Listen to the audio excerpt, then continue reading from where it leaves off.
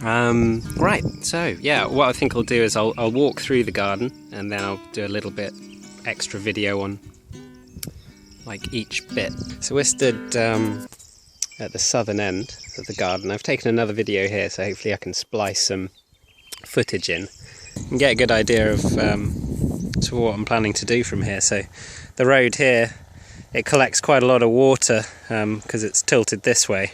So the water collects on this side, runs down through this channel, comes all the way along here, and then just here it's a little bit higher. I'm going to dig a big pond into this area here, just go straight down there, just a few thousand litres I suppose worth. That'll overflow, hold a bit, it's very clay soil so it'll just sit there as water and slowly evaporate off. But it'll overflow down here, hold water here, that'll keep a nice damp area here for all the trees that I'm planting along this line. That's south, so everything's going to be in lines across here in this direction, so you can just about see this bush here, the windbreak goes that way, the other side of that bush. So we've got water collecting here, flowing off down there, and then I'm going to start structuring stuff in sort of lines this way up the valley. We're in the middle of April here, we've just had lots of rain.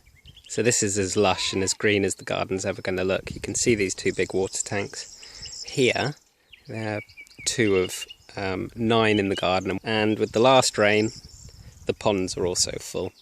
This is the start of the pond system that's filled from the runoff from the road, which goes from that pond to a pond round at the end of that ditch. And then it goes down to the left-hand side of the green van there to another pond in the garden, but we'll walk around and see all of that. But that was the first bit of work that I did when I got here last year.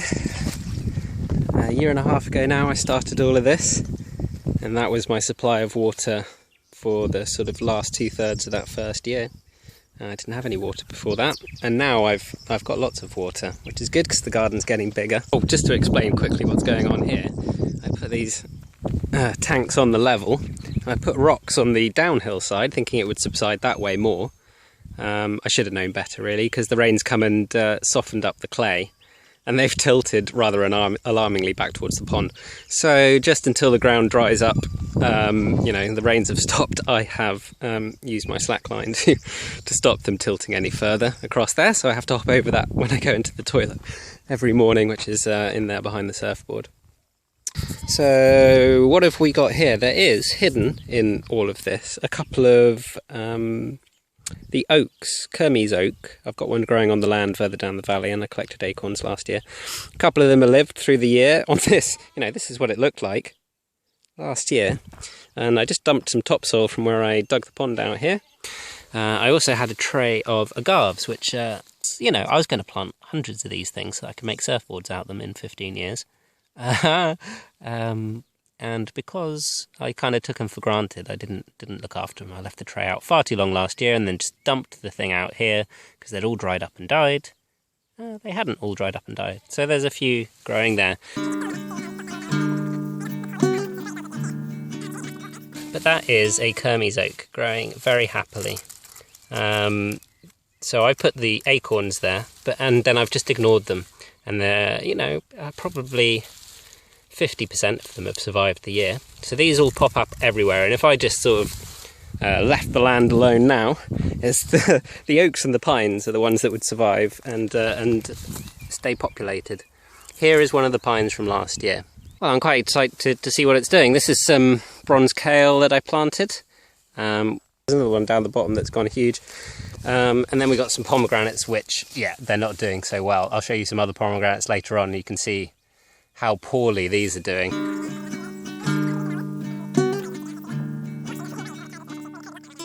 Anyway, so with the lack of success, I've put some sort of faithfuls in here. So there's a fig from a cutting that's gone in this year, just waking up and starting to grow. This is all quaking grass. In a few weeks' time, when this is the dominant sort of visual thing in the field, it just looks amazing with these little silvery things knocking around in the wind. So there's a fig there.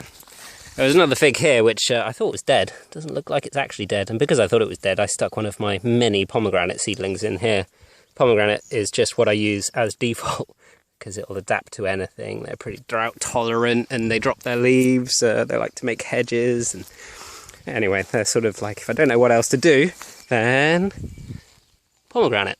I just put a pomegranate in there. Here's an interesting spot. Nothing that I planted tree-wise in here, but there are trees and they're self-seeded olives, little baby ones. They've just been grazed pretty much to the ground their whole life by the sheep.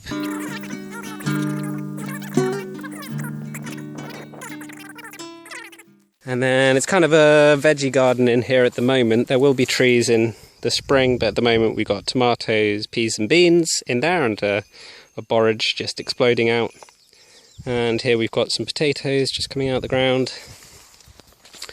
This is where a cherry was planted, and that cherry died. It's one of the few trees that I've had completely die on me like that. But apparently cherries are quite a challenge out here, so I don't feel too bad. And then something that I thought was going a similar way is an apple. It's doing really well this year. Second year in the ground, second spring. And it's shot from below the splice, but I don't really care about having sort of wild species of stuff that that grow. So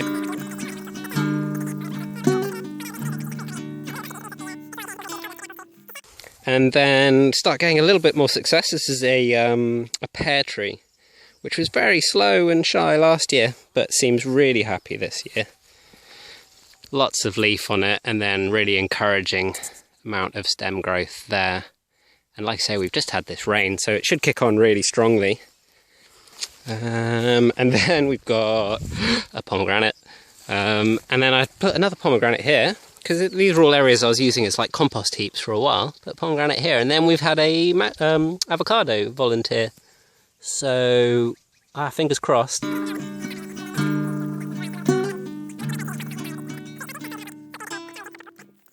we got a clementine that I thought was going to die, but is coming back to life.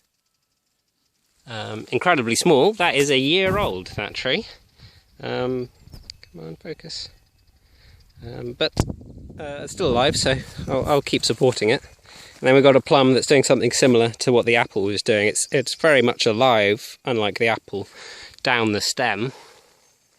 And then it's got this, which is from below the splice again. I've discovered that's happening because I was planting them out wrong, not putting the stem at the right depth. So I won't make that mistake in the future, but I really don't mind having all sorts of different species of the tree.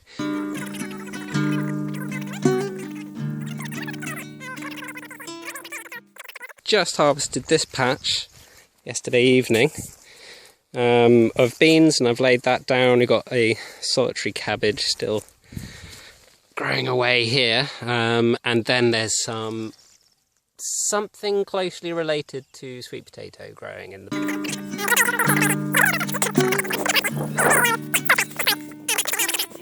but these are my seed stock. I'm eating other ones, but look at the size of that. That is not a bad fava bean. So pretty happy with that. Where all these are, that's going to be another line of trees in this garden.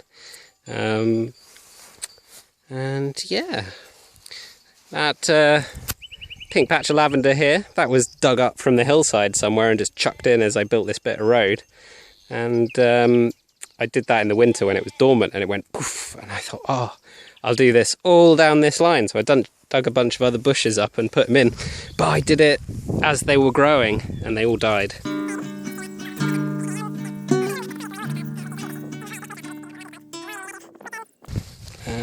This little baby mastic that got buried by part of the road that's growing up. It's really encouraging to see the mastic, A, trees growing nicely at the base of it, and B, you see all the red on the top of that as I clear underneath them and encourage them to go up. They seem to be responding well and growing really well. I'm on the road, the sort of loop back from the road now, and in between the two, I get a good angle to look. You got that ditch, and this is all made up ground, so the water actually sits in here in this bank.